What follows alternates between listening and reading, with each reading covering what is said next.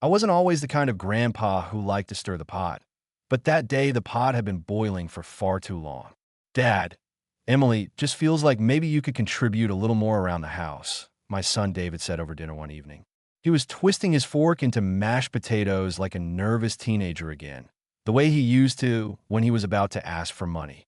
Emily sat across from me, lips pursed, nails tapping her wine glass. She didn't even look at me when she added, "You know, for someone who lives here rent-free, it would be nice if you helped out more." I blinked, almost choking on my peas. Rent-free? I didn't say anything right away.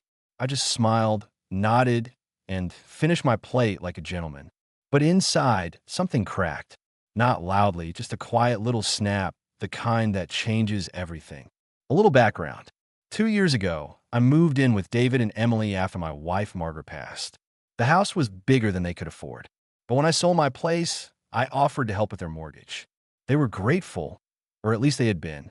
Every month, I wired $1,800 directly to the bank. It wasn't the full amount, but it was more than half. I never asked for credit, never waved it around. I was happy to help my son build a life. That's what family does. And besides, I like being around my grandkids. Lily, age 6, thought I hung the moon. Tommy, 3, follow me everywhere, calling me Grampy the Fixer because I could repair anything from a toy truck to a leaky faucet. Life wasn't perfect, but it was good until that dinner. The next morning, I made pancakes for the kids, Mickey Mouse shaped, just how they liked, while Emily scrolled on her phone. "Smells good," she said flatly. "Just make sure you clean the counter this time. The syrup last week was sticky for days." That was it. "No, thank you." "No, good morning."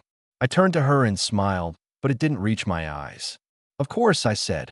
She didn't notice the way I was gripping the spatula like it was a sword. After breakfast, I sat in my room, technically the guest suite, but they'd never called it that. My name was still on the mortgage documents. I knew that much. They couldn't have gotten approved without my credit and down payment. I stared at my checkbook for a while, then at my phone. The mortgage due date was coming up. "Don't contribute enough," I muttered. "Well, then let's see how it feels when I don't contribute at all." I didn't say a word. I just stopped the automatic payment. 2 weeks later, the first notice arrived. I found it in the mail pile, half buried under a catalog and a dentist reminder card. Emily opened it at the kitchen counter. Her voice went sharp. "David, what the hell? The bank says we missed a payment." David's face went pale. "That can't be right." "Dad," she turned on me like a hawk.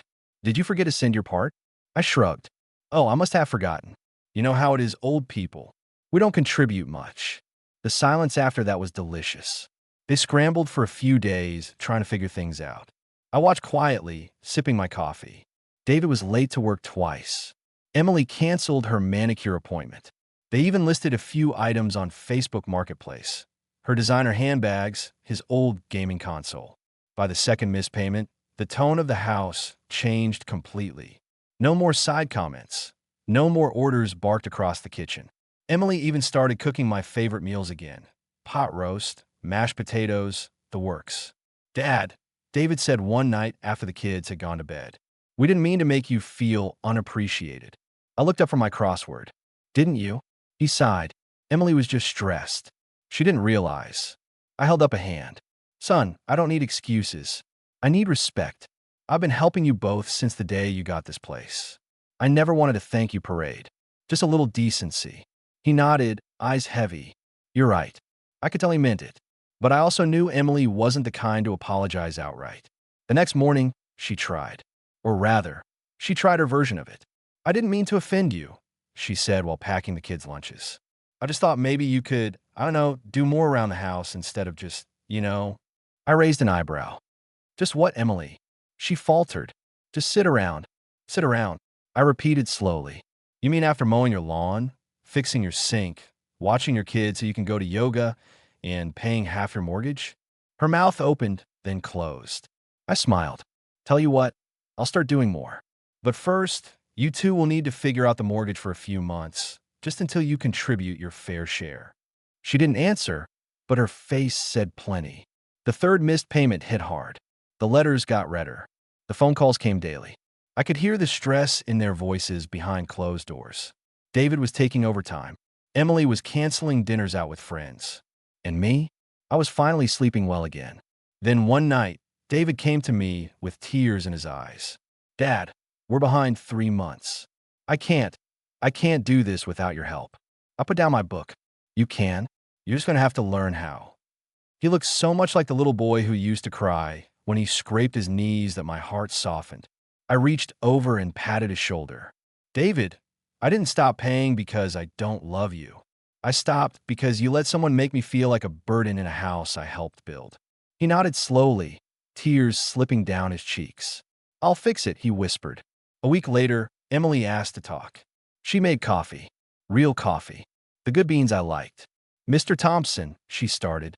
She always called me that when she was nervous. I owe you an apology. I was wrong to say what I said. I didn't speak. You've done so much for us, she continued, voice cracking. I let stress make me ungrateful. I'm sorry. I nodded. Apology accepted. Then I leaned back and added, but I'm not resuming payments. Not unless this house feels like our home again. Not your house with me as a guest. She hesitated, then smiled faintly. Deal. It's been 6 months since then. I still don't pay the mortgage. David refinanced, got a raise, and they learned to manage. But something else changed. Emily brings me coffee every morning now. We play cards after dinner. The kids still crawl into my lap for bedtime stories. And every once in a while, when we sit together watching the sunset from the porch I helped pay for, Emily will glance at me and say, "We couldn't have done this without you." That's all I ever wanted to hear.